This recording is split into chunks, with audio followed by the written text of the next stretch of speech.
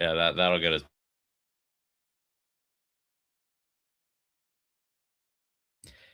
Oh yeah, you ready for my little song I got? It's gonna happen anyways, Kyle. We can't stop.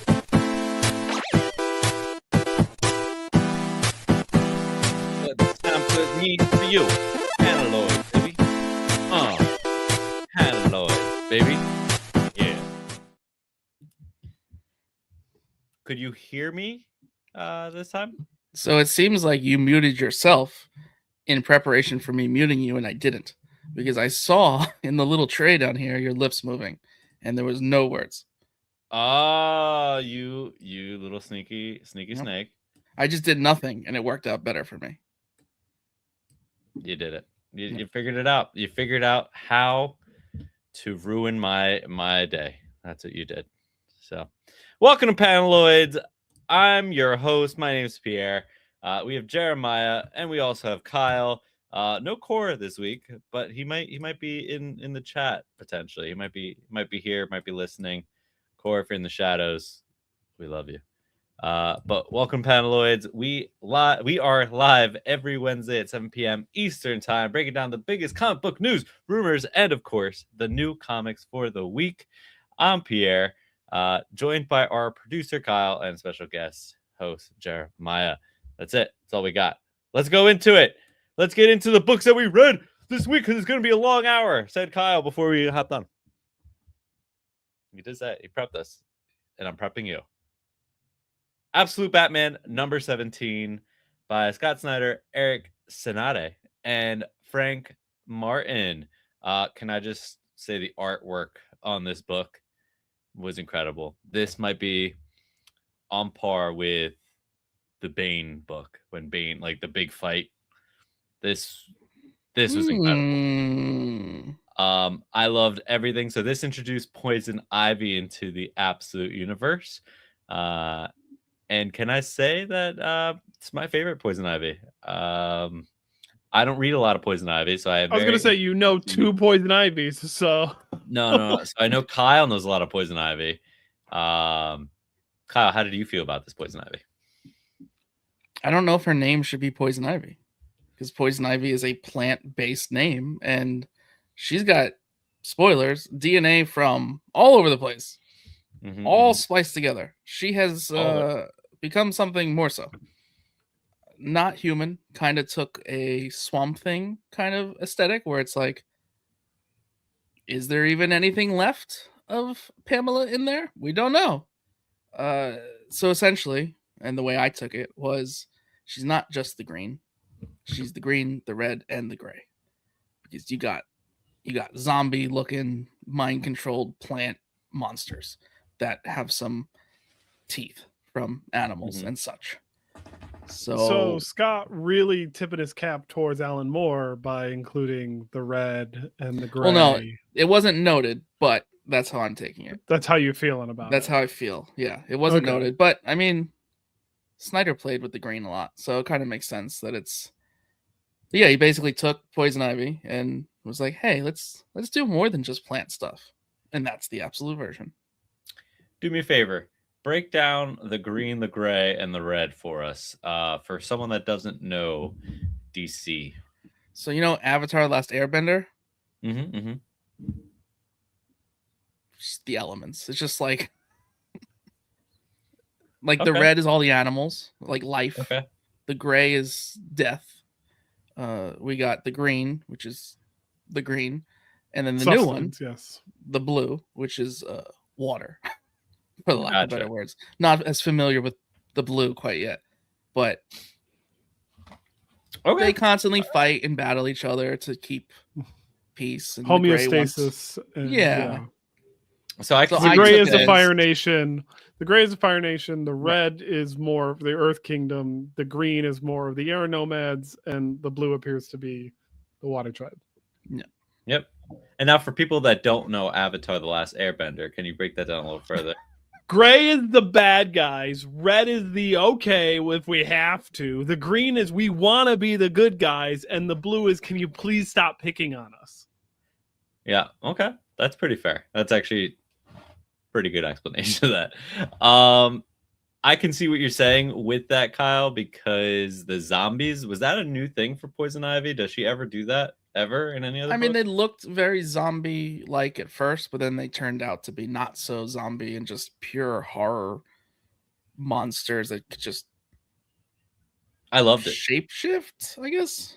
It was incredible. And now No, it's it's really funny. cool. So the one thing that they noted was something about angels going to heaven or something like that. I forgot what they mentioned, but the one beast that like came like to attack Batman, that was like a very like accurate what an angel is depicted as in the Bible. So I don't know if you noticed that, but like that one eye with a bunch of like wings, Mhm.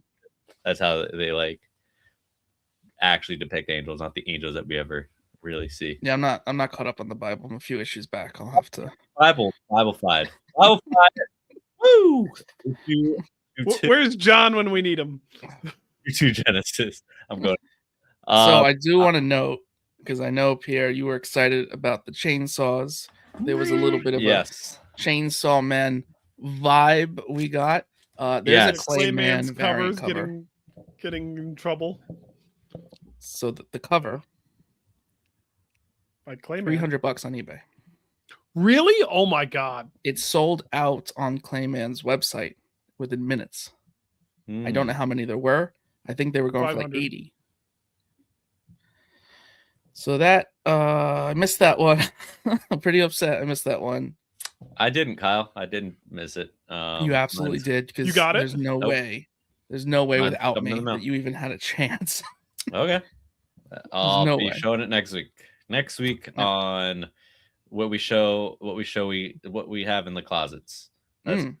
That's what we show, what we have in the closets. New I just segment. want to reiterate that we have a long episode. Yes. Gave warning. and it Moving said, on. No fluff. Wolverine Weapons of Armageddon #1 by my favorite Chip Zdarsky, Luca Maresca, and Jesus Aburtov. Naked Blonde Man. Naked Blonde That's Man. my note. The Naked Blonde Man. New Weapon X. This is not the first time we've seen a naked man running around with wolves, and the only difference is this one's blonde. But and he has a little satchel. He has a little satchel. He managed to grab a little satchel on his way out of the new lab that he was being held in. Yeah, spoilers. He has full claws, just like Wolverine. I love this little Chip Zdarsky world that we're getting, which is still like, I'm pretty sure this is like main. This is world main stuff, continuity, right? main Like- timeline. This will Yeah, be the big deal when it gets reset. I was promised Nuke, and I got 3 panels, and 2 of those panels contained him, and 1 contained his pills. Real annoyed by that. Real Give me excited to see Nuke. He's a Daredevil villain who's Okay. a super soldier that needs medication to stay in control, and then he takes different medications to make different abilities of his stronger or weaker. That's So, cool. Yeah, yes, he is also a Wolverine villain. He's fought Wolverine many, many times, but he was originally a Daredevil villain, first appearing in the Armageddon Born Again storyline. Seems very patriotic. You know, Yes. the flag on his face. Legit super soldier. Yeah. So Can that's we cool. have a Wolverine story without flashbacks? Is that a thing? Like, can we No. just have a Wolverine story where he's looking forward and not Absolutely not. 60% of the comic being about what happened to him that we all know a million times over? You know, it's funny you mentioned that, because I also felt that meeting him in a bar seems to be like the first start to Yeah. any Wolverine story. It's like, oh, here he is at the bar again. We get it. He's an alcoholic. Like, can Yeah. we not? Yeah, Even the I would Wolverine admit- video game coming out is going to be that. It's the bar. I didn't think it was that strong of a start, the issue, but then as it got going, it's like, oh, okay. And Yeah. the connection, we'll go full spoilers now. The connection to everything else going on, right? So we see Ginger Cap all grown up. We Mhm. see Origin Box. I thought they were just gonna like flash to it and not tell us. No, they straight up was like, it's an Origin Box. And yeah, I don't know who this blonde man is. I don't know what he is doing with his claws. I don't know if he got the claws from the program or what his powers were before, right? Because he was a mutant being hunted that they captured. So I want to know what his powers were before they messed with him. That They made did say he was him animalistic before. right. So what Yeah, made him it a good almost choice? looks symbiotic with how the claws kind of came out. Oh, There's something interesting. going on with that. Okay. So My other thought, just to go down the theory hole, which we love to do so much, Theories. is the origin box already responsible? Like, is that part of what's going on here? And then my next thing, does anyone remember Wolverine's son from the prior Ultimate Comics run? oh my god, from like Ultimate X, that one? So it was from what, like 2013, I don't even 2012? think it was that. I think it was like 2009. No, the one that came after Miles. It was just Ultimate X-Men. So it was Wolverine's son, Kitty Pryde, Iceman, and it was like that was like their little X-Men team. I don't know if I remember that, to be honest. And his son was blonde. So with this Huh. being connected to the end of the Ultimate Universe, I'm like, is this Wolverine's son from the other universe? If they did that deep of a cut, that's going to be interesting. Yeah. Huh. I That's doubt great. it. I mean, you would be the first one to say it. I would. I better clip this quick. Putting it out there. Hopefully it is a thing. But I kind of also hope it's not. Like, can we not make him another child that Wolverine has? Why does Wolverine have so many kids? Yeah, he just kind of went away when the Ultimate Universe ended again. There was no real explanation. He has so many kids because he gets Huh. up to activities that we don't describe because TikTok gets rid of them. And then he makes them go away forever. Yeah. Yeah. One's in hell.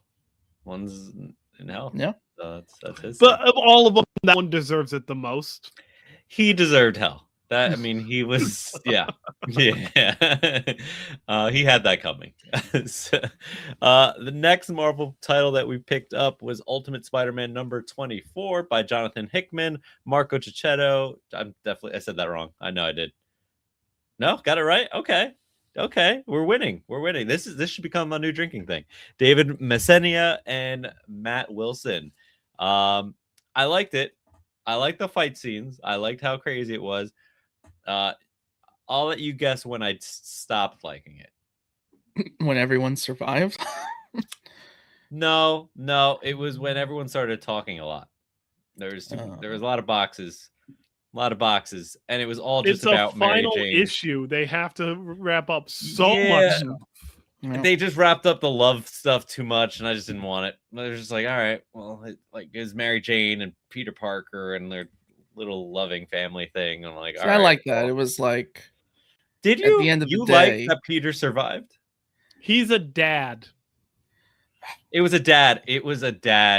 Like, but it wasn't even epilogue. that. It was The just whole like epilogue was a dad epilogue. he had his person. Like, okay, so here's how I took it, which might be a little mushy.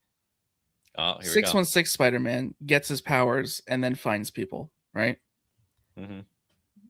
Ultimate Spider-Man found his people and then got his powers. So the Mhm. powers didn't define him in any fashion. He had It was everything the he needed family. before. It was an added, right? So like he had his person, Mm, and that's all he needed. And that's this was good. just like an amplification of what he could be, but he was already good enough. Instead of, you're like, I have these powers, I have to save the day. It's like, no, like I'm already good, but now I have a little kick to be better. If Valentine's Day didn't pass already, I'd be inviting you out to be my Valentine. That was so cute. That was so cute. It's cute. It's cute. That was cute. No, Though they nope. were skating around the lines of like, should we keep this? Should we keep this? yeah. So Definitely. You get what I'm saying? So that kind of ruined it a little bit of like, but I they're young. don't see this being the actual end. No, it wasn't. It wasn't at all. And it was too happy of an ending. And spoilers, happy of an ending where Kingpin and Mr. Negative took themselves out. Like they didn't even have to finish the jobs themselves. Like the problem got solved on their own. So Kingpin, yeah, they took themselves out. It's just Mr. Negative wanted to take over, Yeah. and Kingpin was like, yeah, nah, we're I was a you want to little take me out? We're both going out. I was a little like off with that scene because it's like he's falling. Oh, he grabbed on. Oh, he's falling. Oh, he got his foot. It was a little like the perspective of it. I was like, oh, that's it. He's done. I'm like, wait, how is he holding on the ledge? The ledge was above him. Like, what's so I was a little confused in the moment of like how the logistics happened of them going down together. Yeah, but they did go down. Now I do want to mention Anti-Venom. Was that Anti-Venom? In a weird roundabout way. It's Yeah. like a nod to it, right? There's another, I don't know what it's called, but there's another similar white looking symbiotic suit that Peter wears at one point. Jeremiah, if you know. Poison? Oh, That also could have been kind of that. Maybe. Or so or are basically, you referring to so the Jeremiah, Spirit of Vengeance version of No, Peter? no. Probably poison. you didn't get to read this issue, but basically, in the last issue, Venom, Richard Parker, gets trapped in like some white goo, and he has to get out of it. So Venom now is like trying to get out, but then it like somehow merges with him and takes the same form as Venom, and he has to fight like a bunch of those, but they're white. So it's either anti-venom, a way to begin, or that is how poison got created as well. Okay. So it could be a nod to either. both or whatever. But Yeah. it's a wrap up issue. I think they just wanted to throw it in there just to have like some sort of thing. But it was good. Listen, it was very good. And now that Kyle explained that second half, it's a beautiful book. It's a beautiful book. Thank you, Kyle. But it's not the end. It's not the end, but you know what it is? The End of Life, #1. Segue. A new Vertigo book by Kyle Starks, Steve Poog, and Chris O'Halloran. End of Life, #1, is about a hitman who botches a job, gets a bounty on his own head, and has to run back to his hometown to dodge killers and deal with messy family drama all at once. What a great way to open this book up. I think it was awesome. You start it, you open it. It gave us everything in probably like a page or two of like kind of a backstory, who he was. It gave a lot very quickly. And it was like perfect. Like the art style, everything was just like, it was just delivered just perfectly. Stephen Poog's art alone is worth picking this up. The artwork is absolutely fantastic. Mm-hmm. This is a Quentin Tarantino movie put to the page, pretty much, is what it feels like. I thought a Bullet 100%. Train. So did I. Okay, yeah, very similar. So we all thought something similar. I thought Brad Pitt would be the starring role in this, 1000%. Like, just fan cast him right now. Just make it happen. This needs to go to movie ASAP. I don't even know what the other books are going to be about. Well, I guess we do, but like, I just John Wick if he sucked is what this was. Yeah, that's a good. Yeah. Like John Wick if he fucked up.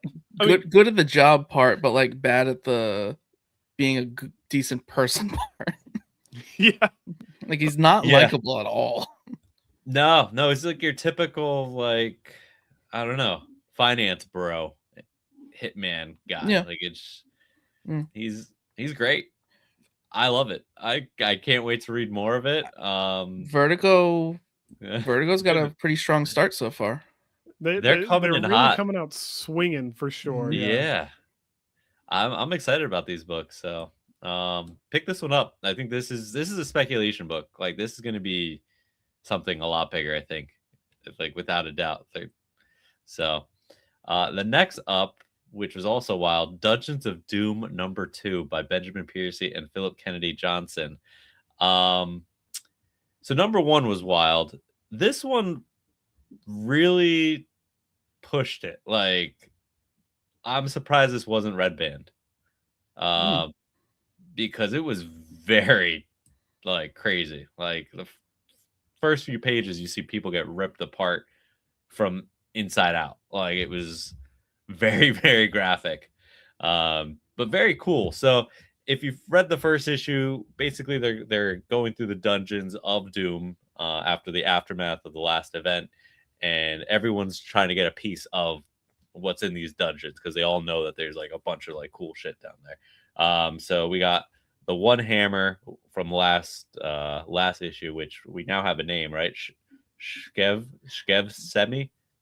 Skiv Semi, and it's not Right. the hammer I thought it was from Fear itself because it has a different name. No, it's not.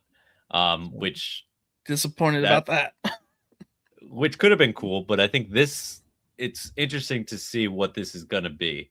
So you have a couple soldiers fighting over that, already getting in their heads about the power. And it seems like the way to become worthy of this hammer is to sacrifice someone. Just kill someone, you get the hammer. Yep. So pretty straightforward with that one. Then you have that room where everyone heard Charles Xavier's voice. There's like a mutant the thing. mutant that wasn't supposed to be released.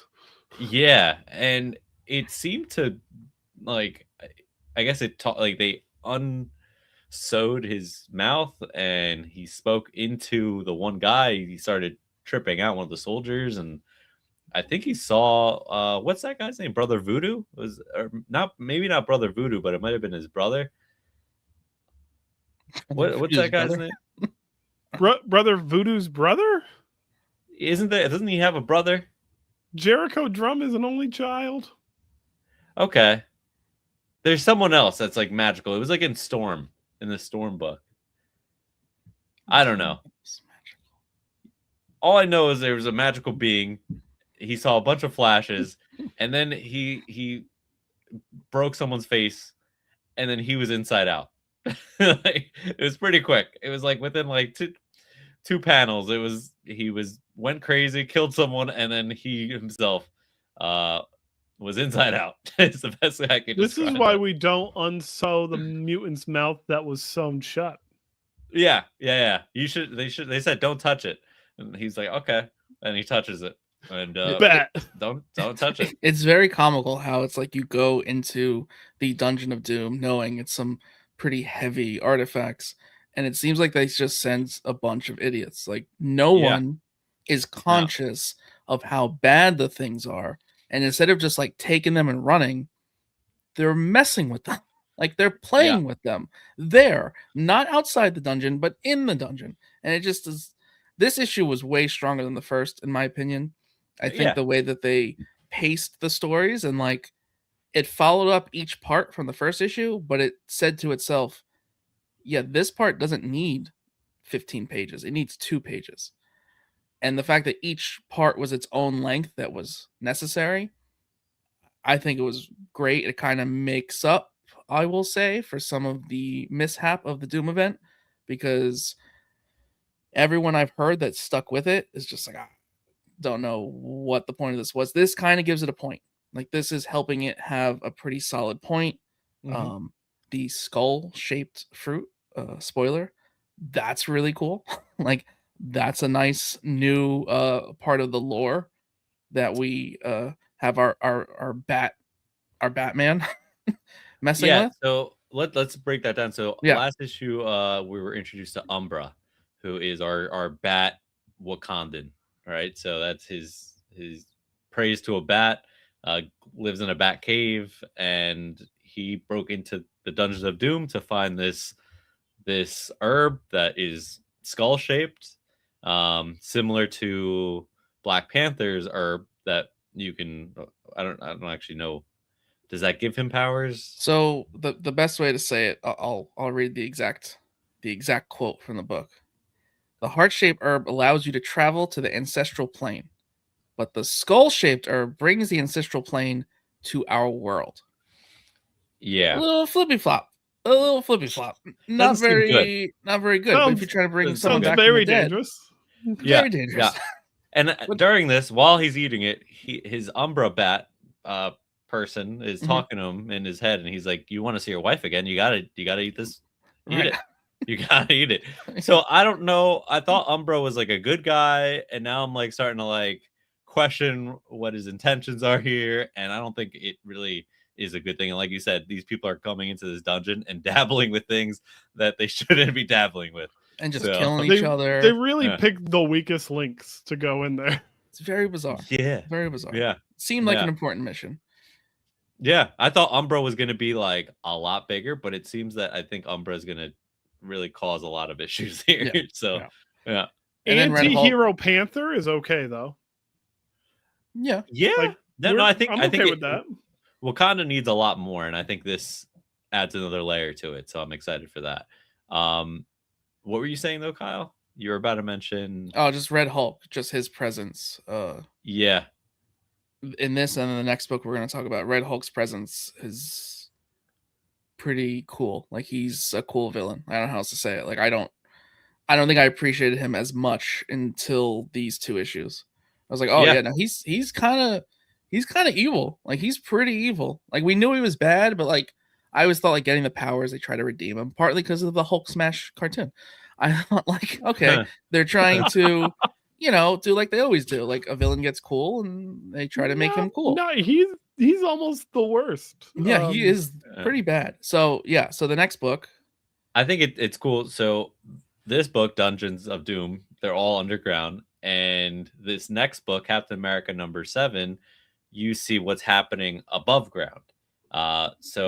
Red Hulk is stomping around. So in Dungeons of Doom, they're going through like earthquakes, like things are falling, rocks are falling, it's unstable. And above ground, he's fighting Captain America in issue #7 by Chip Zdarsky, Delilio Diaz, Frank Appelazar, and Romello Figuaro Jr. I'm sorry about all those names. But yeah, so this continues a very good issue #6, where they introduce a couple side characters that Captain America is fighting with now, which kind of is like a shield Captain America.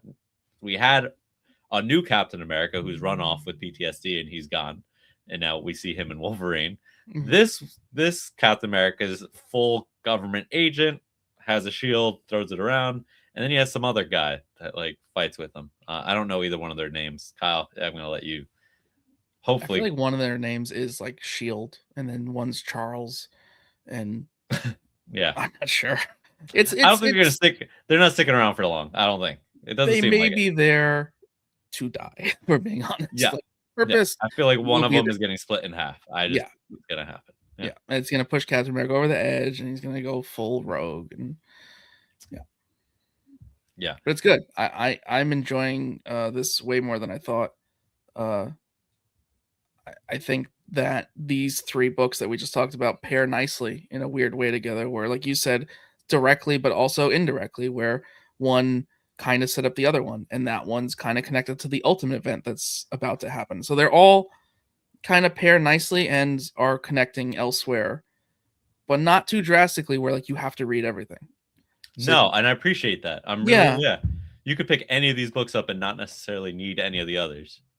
Kyle, So, can like- you say that one sentence just again? That last thing you just said. I forgot what Just- I said. It's already gone. Already out of my You mind. don't have to read everything. You don't have to read everything.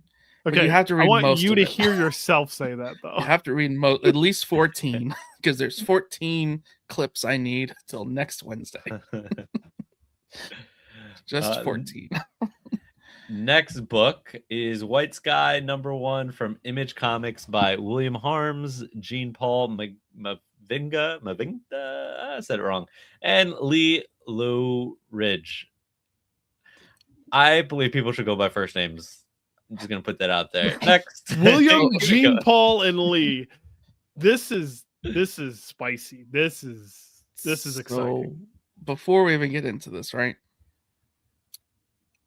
2 weeks ago, we had Dork #1. Mm-hmm. Dork #1 sold out instantly. Could not find in any shops, any online shops. Cover A, etc. All gone. About 20 years ago. When? So this is the third. Okay, you know where I'm getting at, right? This is not the first third time. wave. It's not the So- second time. Yeah, in 2003, we got Chew, we got Walking Dead, we got Invincible. We got these classic Image stories that came out all in the same year, all around the same time. September, October, November of 2003, and now those books are untouchable and they're franchises. And then in 2012, we get Peter Panzerfast and we get Saga. And now 14 years later, Dork and White Skies. It seems as though we're entering the third age of this is really good, you should go buy it. Oh shit, you can't because it's sold out. It's 100 to 200 on eBay right now. It came out today. So when it happened with Saga, there was a few other books that shot up in price out of sex criminals and whatnot. The fear of missing out, right? FOMO for sure. They came down eventually. Saga hasn't, but the first few didn't. And after reading White Sky and Dork, they are not coming down in price. Neither of them are coming down in price. No. They are going to third, fourth, fifth, sixth, seventh prints. We are in, I believe, too bad Dan from Image isn't in the chat now. I believe we are in the third episode of the third wave. And if there is a new number one from Image, you best put FOC ahead. Yes, please. Yeah. Your comic book stores would greatly appreciate it if you ordered ahead of time for this, because then people are going to be walking in there like, why didn't you order enough White Skies? Well, you didn't tell me to order enough White Skies. Also, I feel as though if the book is solicited with one sentence, buy it. Just buy it. Yeah. Saga's never had a solicitation longer than one sentence. And I don't think White Skies had a solicitation that was longer than one sentence. And I think Image knows what they're doing to the fullest extent, because Dork was very well promoted because they knew they had something good. This wasn't very well promoted because they knew they had something good. It was a nice hidden gem for sure. So they know what they're doing. If you're a post-apocalyptic fan, pick this up. Try to find it. If you can. It's going to be something great. The way this issue ended hit me square in the feels. I'm very, very excited because one of my favorite things about, especially an Image book, is to not have every question answered in issue one. Like for Paper Girls, great example. Every issue asked a new question before it ended. And this asked like 5 right at the end. And it was just like, okay. And it really didn't give much. There was minimal dialogue. You immediately cared for the characters.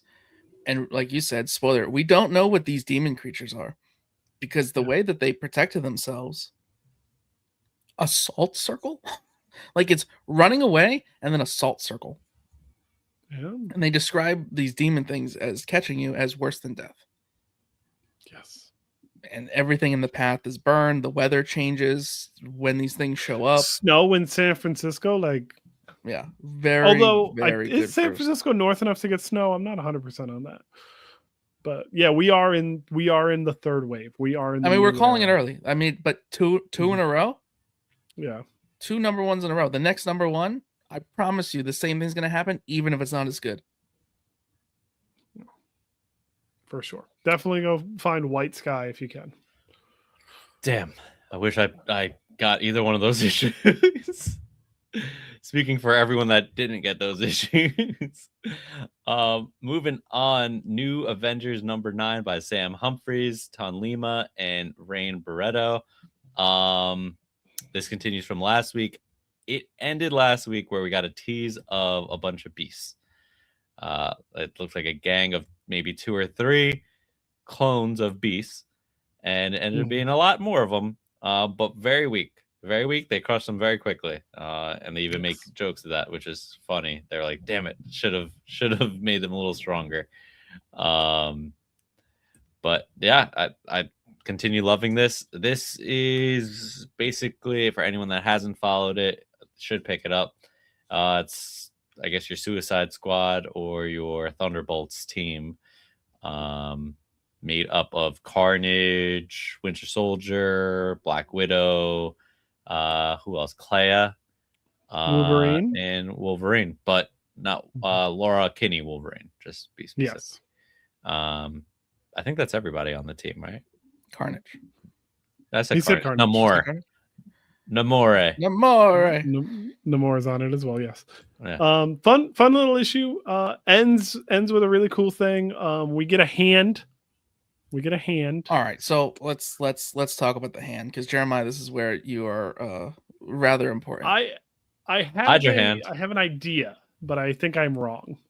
All right, so full spoiler. The last panel is a hand with a Hydra ring, and under is the letter B -26-L.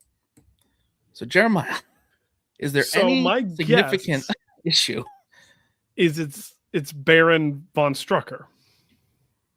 Okay, But we have a the B thing and an is, L. it is a left hand, Okay. and Baron Strucker's right hand is usually the issue. When Baron Strucker has his hand power thingamabob. So B could be Baron, and Ludwig von Strucker. BL, I don't know. Although it's Wolfgang von Strucker, but Ludwig and a 26. Any significant 26 first appearances? I think we should. No, 26 isn't ringing any bells, because Baron Strucker's first appearance is Sergeant Fury #5. Red Skulls is Captain America #1. Armin Zola is Tales of Suspense. Oh God, I'm gonna get flamed for this. 68. So all right. So Strucker's not a bad guess, though, for sure. I love that Jackal keeps changing his appearance. It makes me so happy every time he shows up looking a little bit different. But yeah, my guess is Strucker. My guess is Strucker for sure. I will say Iron Apex has really grown as such a character that I don't think Sam Humphries can kill him, because Marvel won't let him, because they're going to want to use him elsewhere. Now, I guess they technically could, because they'll just clone him again. But he's just, out of all of the evil clones, what a standout character. The tone is changing, more serious now, and like I feel like he's going to get his own series. Well, like inferior Iron Man. Didn't John say inferior Iron Man? He said something, or was that Spider-Man? Inferior Spider-Man. Oh, inferior Spider-Man. Yeah. And we were talking about Ben Reilly specifically. Moving on. Nice. Yeah, we're gonna gotta throw that in there. I'm gonna email Sam Humphries as promised. We're gonna get ready for issue number 10. Can you just tell us? Email him right now and just say, tell us who the Hydra hand is. Who's the hand? We need to know who the hand is. God damn it. New history of the DC universe is up next. The Dakota Incident #1 by writers Elijah Williams, Draper Ivy, and Hampton, with art by Segovia, Pagaluyan, Delandro, Osio, and Galmon. Definitely said at least 9 of those wrong. We should make an unwritten rule that if you can't pronounce more than one of the names, just skip them. Just skip them. I'll put them in the caption. I'll give credit elsewhere. I'm completely down for that. So the Dakota Incident, for anyone that is unfamiliar with what it is, Kyle, break it down. So I'll be honest, going into the first few pages, I was immediately disappointed, because I thought it was an info dump. I thought we were just getting a lore book. It was not. It was a story. Obviously, as I read the story, I was like, oh, this is actually really cool. So they follow Beacon as he gets displaced, and he's basically witnessing a history that he's unfamiliar with of his city, right? Like, he's witnessing all of the events, but differently. So it almost is not an info dump as the last new DC history book was from Wade. It was more so a continuity reconfiguring. It was a reboot. It was all of that, in the sense, like what could have been and what is now. And it put different players as the problem, as the villain, modernized, very quickly caught you up with like who these characters are, because sadly we are not as all familiar as we should be. But yeah, it's like from Beacon's perspective and narration, who is a future character that Static basically I don't want to say sidekick, but like kind of mentors, right? So it gives you this alternate past. Lex Luthor is the big villain, but spoiler, once it jumps to future and then present again, we get the art shift change. We get the shift to what the world is now, and it shows Static unaware, right? That's the big spoiler, the epilogue. Static unaware of what either really realities were. You don't really know which one his is, but at that moment, he's not wearing his costume. So it seems like the story they just told you had played out in such a way where Static has just moved on with life and is no longer a superhero. When he is described in this book as the spark that made the Dakota superheroes rise up, right? The shift of the art and the tone when they show Static in current time going, again, huge spoiler, but again, going to back to his suit and pulling his suit out to like come back. What a fucking page. Like what the way I can do it. I'm allowed. the way it hypes you up for Static. Like there's going to be like we've been getting some Static with Batman Beyond. We got this. We had the seasons, right? This has to mean a straight up ongoing, not a mini series. Like this has to mean a straight up ongoing that is part of the main DCU. After he handles his own the current situation, right? Their own little Flashpoint situation. I would love nothing more than an ongoing Static book for multiple reasons. But yes, POC needs to have it ongoing at every company, but DC has drastically dropped the ball with that. Yeah, no, so. They have, and I'm not saying they did this, so now that no, it doesn't just like wipe away the years of only miniseries and like alternate realities, right? But they're setting up that you start with a Static book, you handle this Flashpoint, that's what I'm going to call it, right? This Flashpoint situation. And then you can get an Icon book. You can do a retelling of that. Like, is it the little time jump stuff kind of like gives you a pass? An Icon book would be so important right now. Yeah, it would be so important. And it's too the way they show him as like he's the adult in the room, where he's kind of like, no, I know this is wrong, but like we kind of have to, because like it'd be worse if we don't. Like he's the adult in the room where he's making the tough decisions that aren't right, and the kids are like, no, we have to fight. So it's just like a cool it's a cool vibe. It's giving, and I'm excited to see what else comes out of it for sure. They should kill off him off. Oh, Static. Kill off Static. You would say that. Just kill him off. Clip farming. You gotta use that as John to say that, not you. Use that as a clip, Kyle. We need the views. We need the views. No, I grew up with Static, the TV show and everything. So I feel like, I mean, we all did. So we need more Static. I know there's something about that last page that was like, we need get more. a whole book of this, like ongoing, monthly. Like Static needs more. We need more Static. Let's go. Kyle, we're back to Marvel with Null number 2. Al Ewing, Tom Waltz, Juan Ramirez, and Eric Arsini. I just got to stop reading them. We're just not going to read them. There's a bunch of writers, a bunch of artists on this one. Null number 2 is a little bit catching you up on this light person that Null has fought before, and like where this light spear comes from. Solicitations ruined so much for this book because we, spoiler, don't listen to me if it wasn't ruined for you, but we see Null in a white suit, so he obviously gets some light power somewhere along the way, but a little bit of a dump of catching you up, a little bit of a dump of what everyone's objective is here, but we get Thanos and a nice payoff. and Thanos killed the light guy. He killed him, and he took his spear. So now Null has to fight Thanos with the light spear. So issue 3 is gonna be nuts. Like if this issue wasn't the strongest, it doesn't matter. It's set up for the next one. The next one's gonna be nuts. And who doesn't want to see Null fight Thanos? Like, just cool. Just really cool. All right.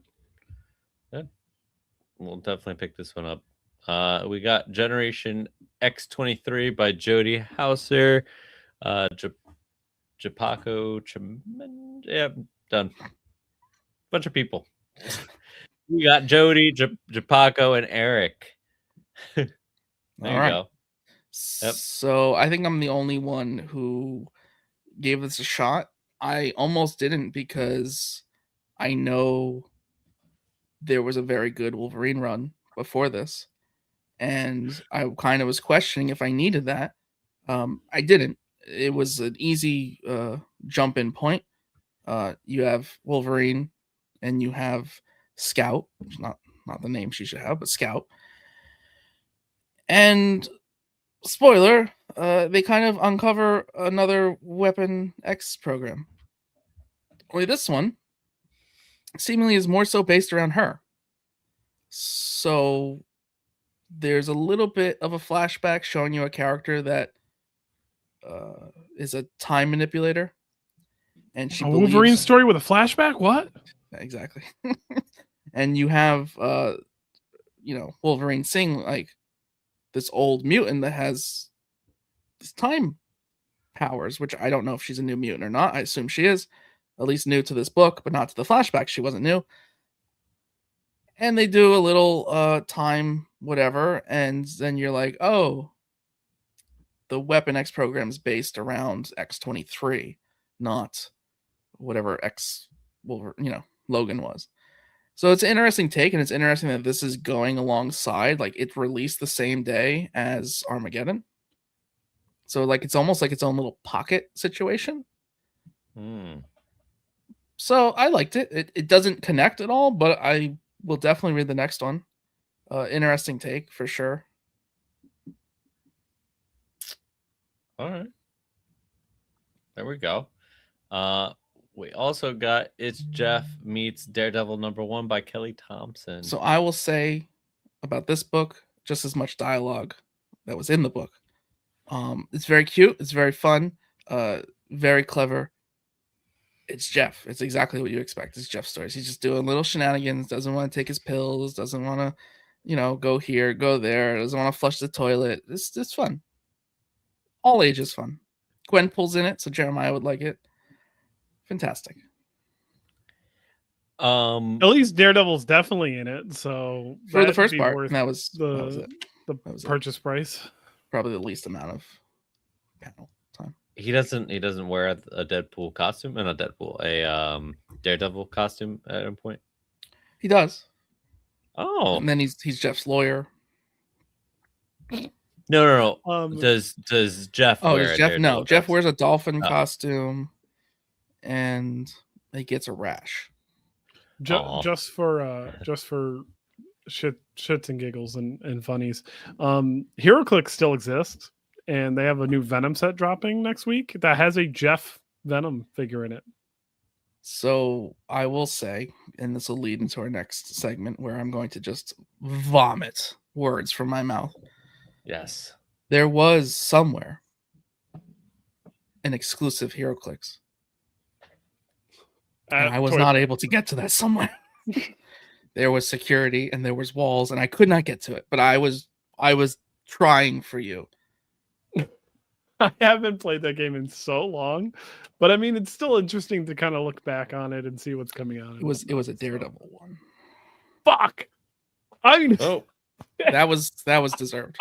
We get, so the new rule is we get 3 fucks. That was my second. So I haven't broken my rule yet.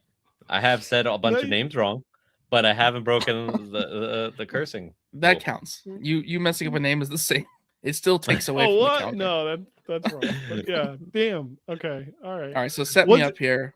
Okay, yes, Pierre. Just set me up. I'm sorry. So Kyle had an incredible weekend at Toy Fair 2026, and he got to look at a bunch of McFarlane toys. This is Toy Fair New York, right? The Javits Center. And what an incredible time you had. Yeah, so a little background story. It was on Valentine's Day. That was the day I was able to go. I got approved for press. I didn't apply any of Paneloids. I instead applied my wife as my photographer. So when I said to my wife, "We're going to the city for we're going to New York City for Valentine's Day," she was rather excited. Like, "Oh, a Broadway show? You got a reservation at a nice restaurant?" No, Toy Fair 2026. What's Toy Fair? I don't know, because we've never been there before. We're going to find out.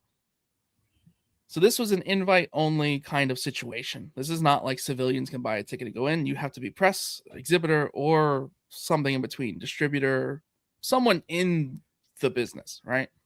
This was our first time. I'm very thankful they approved us. I'm very sorry that I was not properly prepared, possibly even underdressed. A lot of people were dressed in suits and were very nicely dressed. I at least wore a plain t-shirt, not just a giant burning skull or something, you know? So it is Javits Center. It used a lot of Javits Center, and it is all the toys that have not come out yet. It is the previews of all the toys.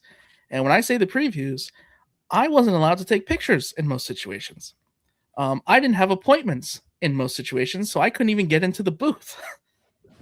There were certain booths that had 10 feet tall walls around them, that had 2 doors to get through. You had to go through one, be debriefed. I guess they like take the radiation off you, and then you go into the toy room.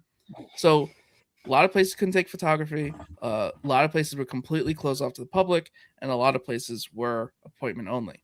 McFarlane squeezed me in. When I explained, I just want some B-roll, just get me in there. So McFarlane got me in. It was the one within our niche, right? Because I did get approached by a nice lady trying to sell a toy stuffed animal cat that like jumped or something. And she was like, "Hey, you're just going to walk past me? You're pressed, no?" And I was like, "Hey, we're kind of niche." And she was like, "Well, what do you mean?" I was like, "I'm looking for Spider-Man." And she's like, "Okay." I'm interested in this little jumping cat. I'm not gonna lie. I'm gonna say, as a parent interested. now, we already bought some stuff because like we got to see some stuff and like stuff that's coming out. So we were like, we bought some stuff the moment we got home because we're like, there's cool stuff coming. Like, let's get ahead of this. Toy Fair's been a thing for a long time, and like I've always wanted to go to Toy Fair, but I've never had the opportunity because you can't go as just a random dude. And I know people didn't know we could apply press. Didn't know anyone applied press. So it was my Valentine's Day treat to my wife to bring her to this Toy Fair. And the to be fair, you did take her out to dinner after. Not in the city. That wasn't the city? That wasn't the city. I was like, let's go. Anyway. Keep going. Let's get to the toys. So McFarlane, a very nice gentleman, squeezed me in for an appointment. We came back like 2 hours later. I walked like 20,000 steps. My legs are still sore. We almost missed the train, so we had to run too. I'm still out of breath. So we get this appointment, and I say to him, "I just want some B-roll. Just walk me around." So he explains he's walking around, and we film. And I'm going to make this all into a nice clip. But so the McFarlane booth, we had Avatar figures from the newest movie. I did not know how detailed these figures were. So, you know the things they ride, the big flying things? This thing was like, it had like a 3-foot wingspan. Like, this is not like a toy. This is a pterodactyl. It's McFarlane. No, but like this, I was like, so the first thing we see me walking is the Avatar toys. I'm like, this thing is huge. Like, this is huge. Like, where are you displaying this? So he takes me from Avatar, and then we see something called cubies. It's kind of like a little bit of like a Rubik's Cube kind of fidget thing. But the way they unfold, they got little feet. So you have like a Batman face, and he's got his little figure, but then you can like fold him into something else that looks like the Batcave or like the Batmobile. So like depending how you fold it looks different. It's a nice like fidget desk toy. And I'm going on about it of like, oh my God, I need this. Like, this is so cool.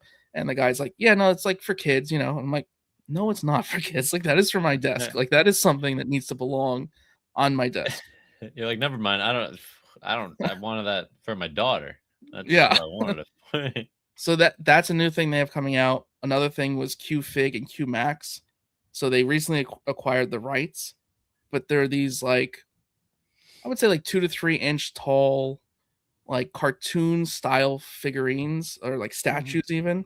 Probably like PVC PVC. kind of. Yeah, like one of those in betweens. Very cool. Like they had animated Batman, Harley Quinn, a lot of DC, a lot of Marvel, and then they had the Todd McFarlane cover inspired ones. So you had like Spider-Man 300, like like you had some that like were reminiscent of his covers. Those are in very that cool. smaller scale. Yeah, in this smaller scale. Fuck. So they're like these yeah. So those really, I was like,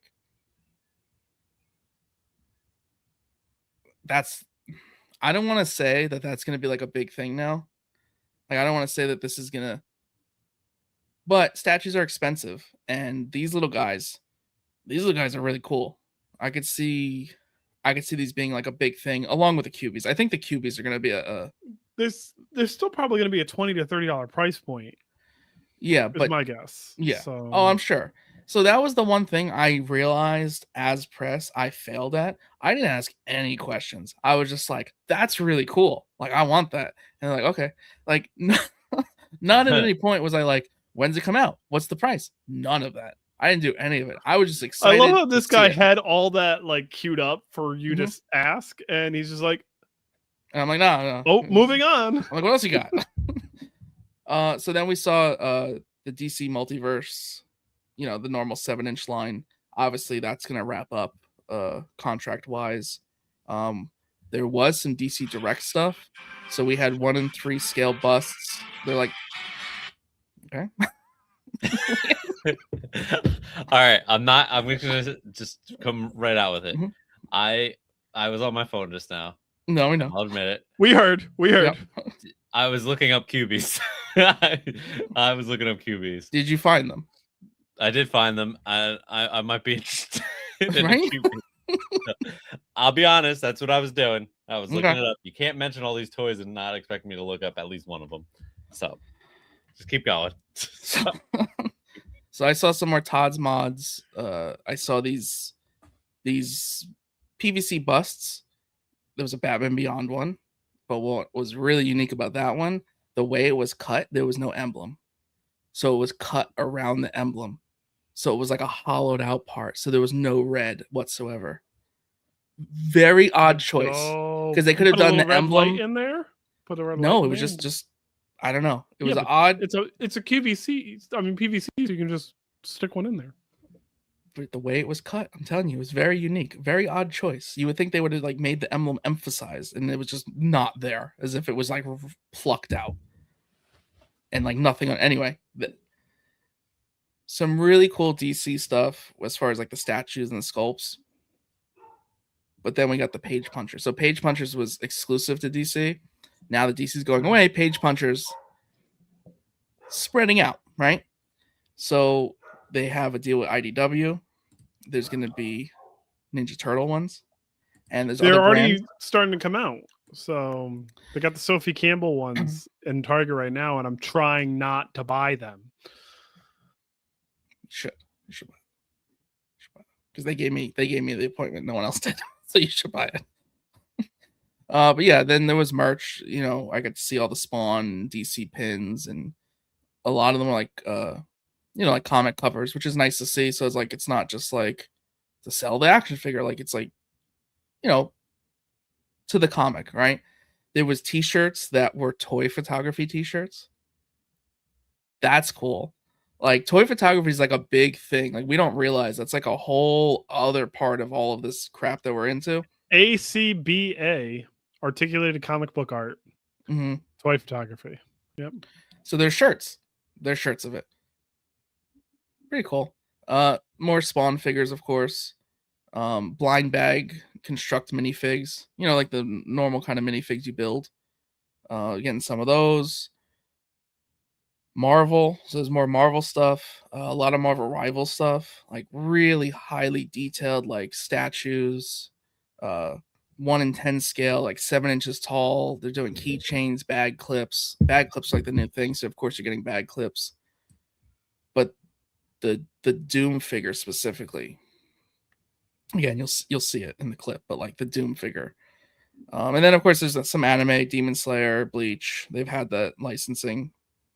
We know they're getting God of War. They didn't have anything there. They did have Helldivers 2 action figures, the prototypes. Those are cool. Those are really cool. Warhammer, saw some stuff from there. There was some World of Warcraft stuff. A lot of Fallout stuff, actually, from both the game and the show. There's not a lot of Fallout merch in general, so that's kind of cool. So that was nice because it's just like normal figures. So like you could go either way, show or game. Yeah. But like New Vegas, all of that, Fallout 4. Yeah, no, really, really cool stuff, and of course minifigs. It's the same kind of constructible ones. I'm excited for these Q-Fig Q mix. To me, the QBs and the Q Max were the standouts to me. Like that was the Marvel rival statues. Those were insane looking. But these little like price point, like on your desk kind of figures, and like not just like here's Batman standing there, like but like comic cover themed. That was those were definitely my favorite. Those might actually stick. Like, no, I do think so. We all thought the pops were going to be like worth it, but I think these might actually be like a collectible. Funko Pop did not have time for me. That's fun. We don't have time for Funko Pop. How about that? For me. Yeah, when Toy Fair gets announced, their registration starts for interviews that same day, and they sell out the next day. Yeah. So my thing is, I didn't know I was going to get approved. How am I applying for appointments if I don't even know if you're going to let me in the building? So I need to, there was some other big podcast there. So next year, granted, we are able to go, I will definitely learn more of how to do things. Please. If fucking please. On Valentine's Day. Another curse. I don't give a fuck. Oh no, that was 4. I might have a problem with that. That was 4. That was my third. That was definitely 4. That was definitely. All right, so then I just want to talk about Hasbro and Mattel. That Muse figure, give it to me now. Okay. Inject it in. Yeah. I don't need to go on about Hasbro, but Hasbro had 10 feet tall walls and was the highest security I've seen for anything. I never thought walking into a convention hall. I understand this is a fair, right? This is like a toy fair. It's not a toy convention, right?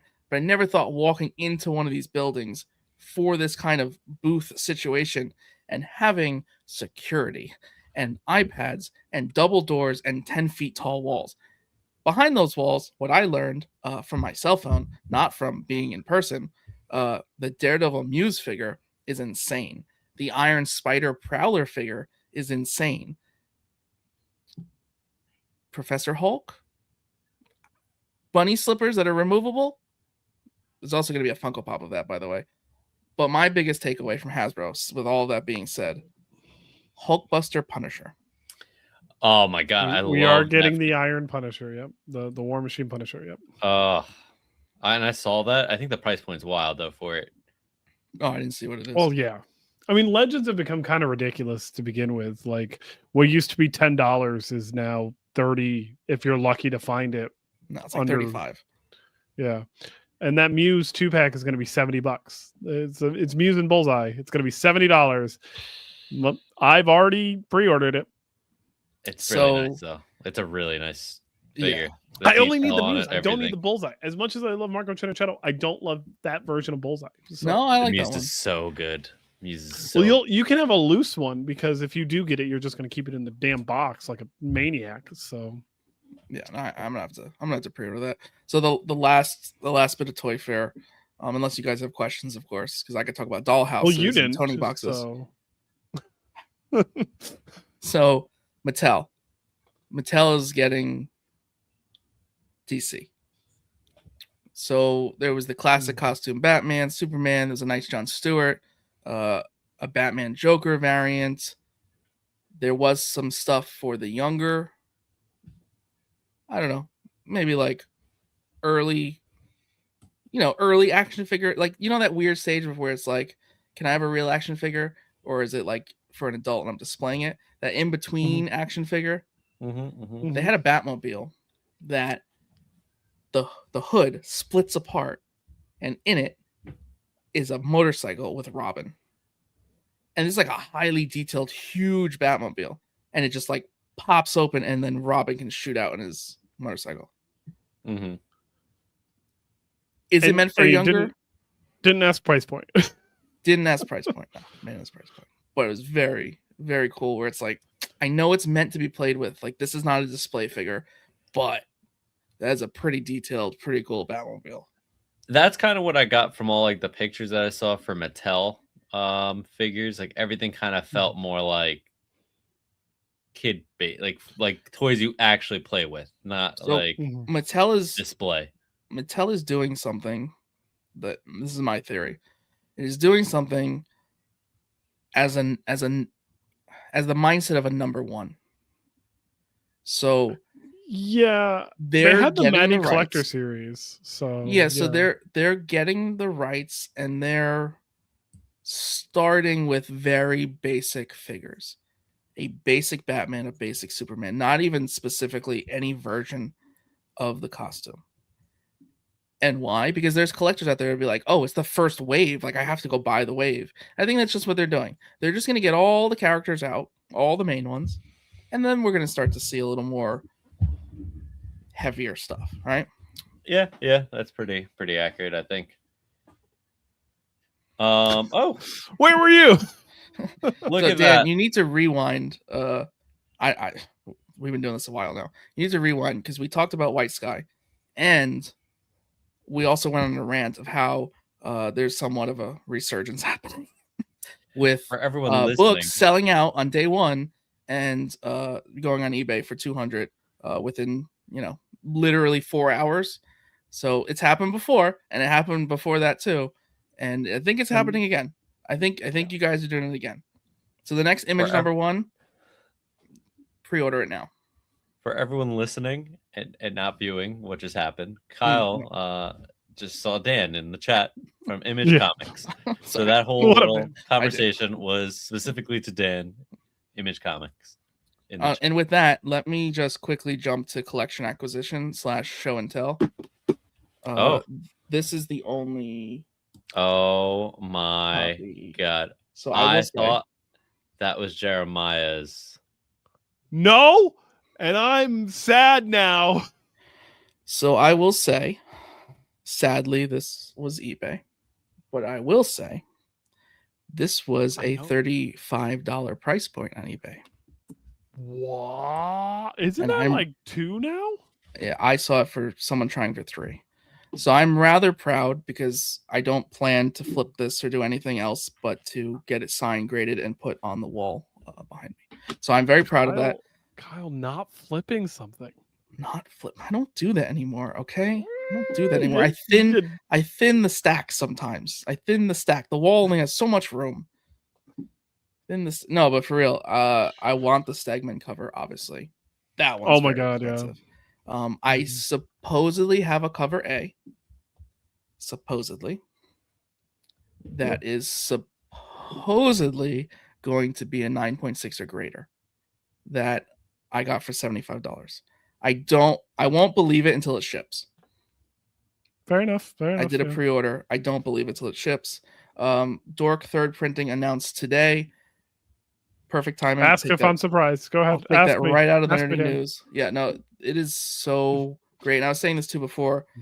Image knew what they were doing with this. They promoted it because from cover, a lot of people are like, "Oh, I want to see blood and guts." I don't, people don't always go for a cartoony aesthetic. Especially, but that Ryan Otley cover, that alone. So this book was promoted so well because it got people to read it, and once they read it, they were like, "Okay, I understand. I understand now." Hence third printing. Yeah. But yeah. So I'm pissed.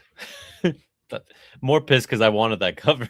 Well, the best part is out of all the covers, that's the one I wanted. Like I told all of you, like I've had it in the nerdy news. You did before FOC. I was told all of you. stupid and decided to follow a childhood dream, and that's what got me from. Well, no. Here we Alright. are. All right, moving on. Moving on. Nerdy Quickly. news. Get ready, says Scott Snyder, sharing the cover to Absolute Batman number 20, alluding to Absolute Robin. Who do you think Absolute Robin will be? Will it be a problem when we know, a character we know, or a new character altogether? Last Batman. New altogether and will be a villain. That's my guess. Oh, So I have a similar answer. Not new altogether. Think But it's gonna be a dick? not gonna die now. So Don't we think it's gonna be a have Dick. He's We in do the have- Absolute Universe. We have Grayson. We have Grayson. We don't have any other Robin or to be Robin. But wouldn't it make sense if Batman's Robin was the one Robin that didn't be Robin because he died? Wouldn't it make sense that Jason was his Robin? And like you didn't have him turn anti-hero because he died? Like Batman doesn't get him killed? Maybe. That's my thought. I like that. I always wanted Jason.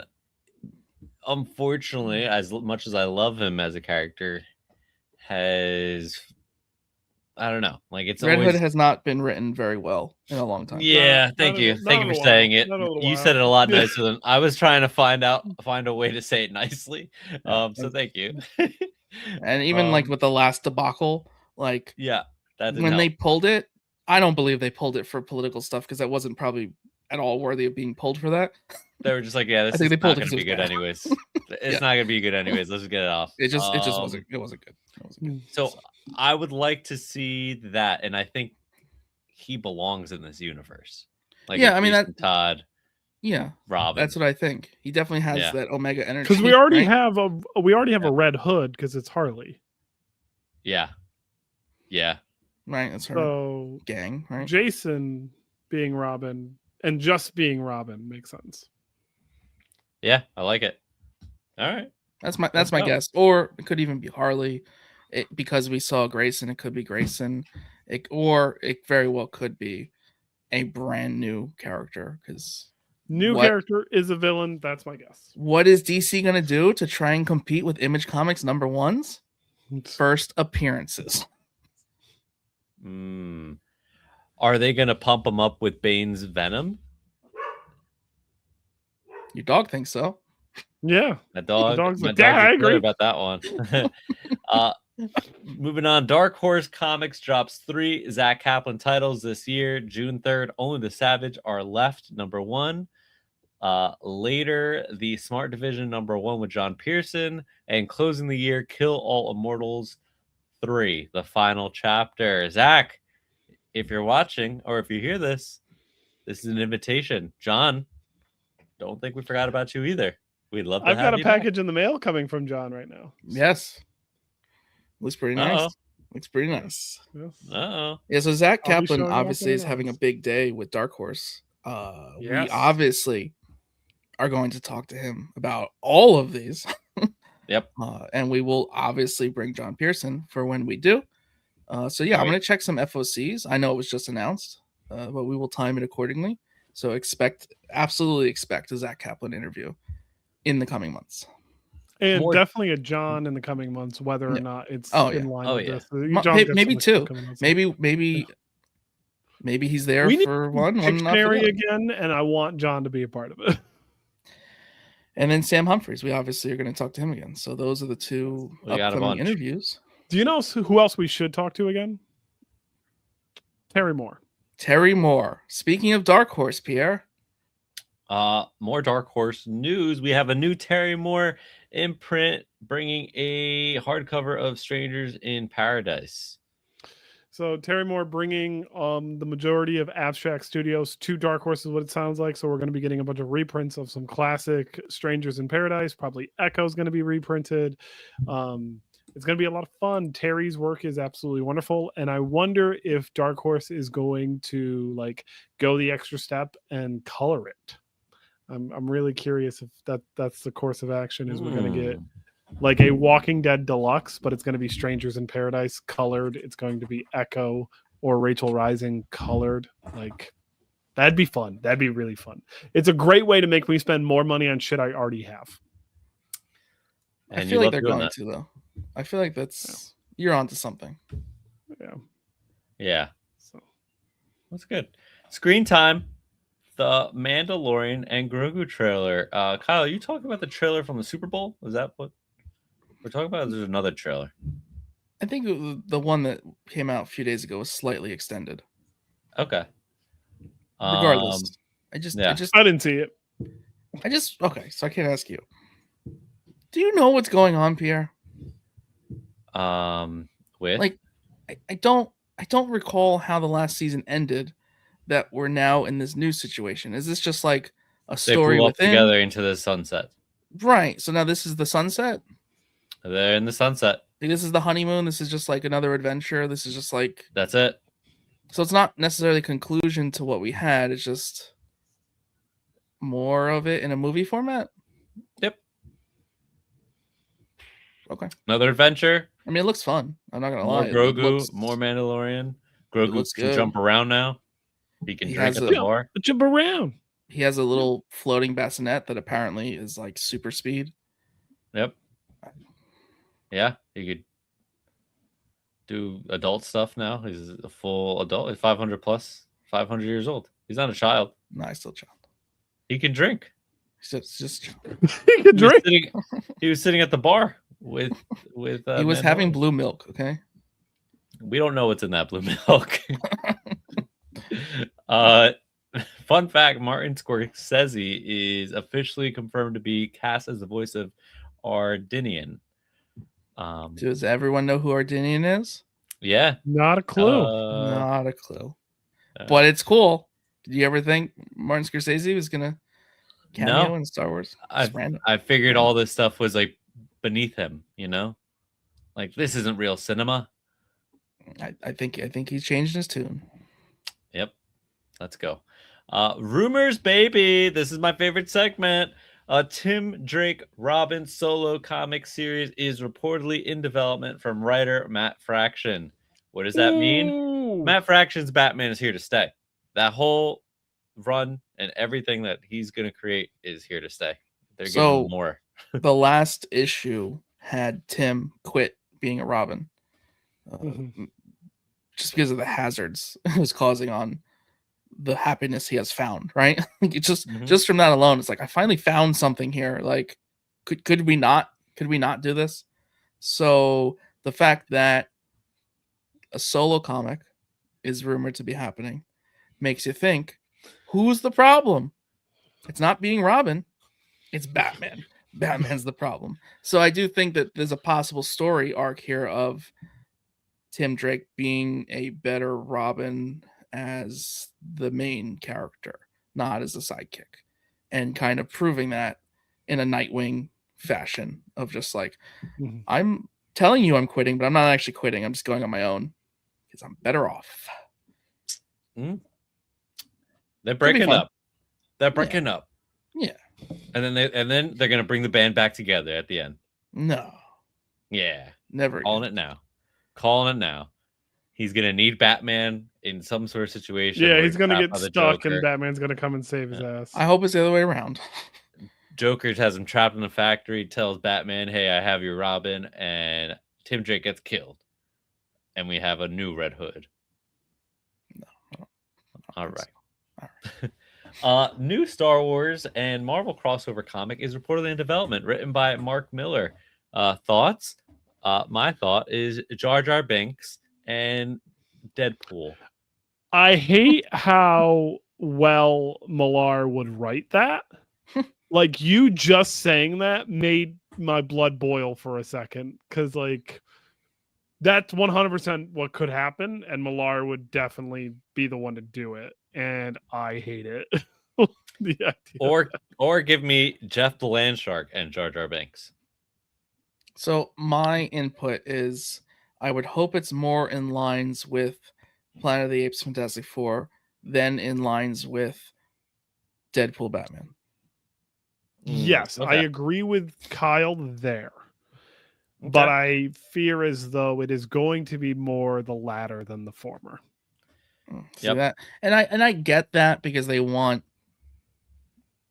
everyone to play in this ridiculous mush of a sandbox. But they also don't need to ask anyone permission. Like they don't have to check in with DC. Oh, I'm sure it's still yeah, but I'm sure it's still very strict. It's still different departments butting heads. Not as bad, obviously. There's no different departments. It's all just Disney now. Marvel's doesn't exist, but that's besides the point. That's a conversation for another day. That's true. Can we just talk serious though? Like if this was like a serious book, Guardians of the Galaxy. Oh yeah, but that's what I mean. I would love to see just a story. Like just give the Parseps race. The Parseps race. Yeah. Falcon, Milano. Like somebody skips into the other universe and they fall into the race and they fall into a pod race and Drax has lightsabers, like something along a story. Gamora with a dual lightsaber. Come on. We should write it. Rocket Raccoon with a gun that shoots lightsabers. Just a bunch of lightsabers that just keep flying out. All right, Pierre went too far. Went too far. What? Went too far. Fine. We have another rumor. Franklin Richards revives Wanda Maximoff in Avengers Doomsday, with Dr. Doom using her for his plan. Elizabeth Olsen reportedly returns as a villain. Okay. I'm going to stop it there. I don't think she becomes a villain. I think she comes back. Yeah, it just wouldn't, like, we're done. Her villain arc is over. She can't just be a villain again. Not yet. Like, she needs to be a villain later on again. But right now, she just needs to come back. So that way she can just be crazy on an island somewhere. Okay. So build her back up into being House of M and then Krakoa. Mm-hmm. Yeah. But yeah. Pierre, what was that? I missed that.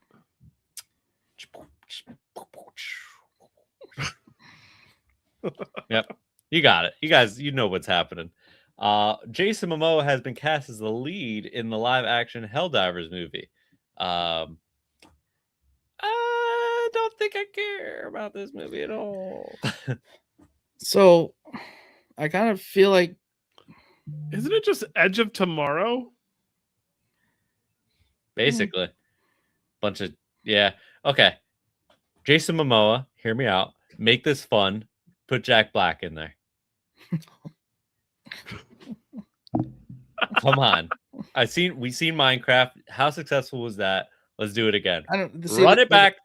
Run it back. A Helldivers movie as a whole feels like a toy grab, right? Like just existing to make toys. We don't need that. I've seen them. I saw them on Saturday. The toys exist. They're very cool.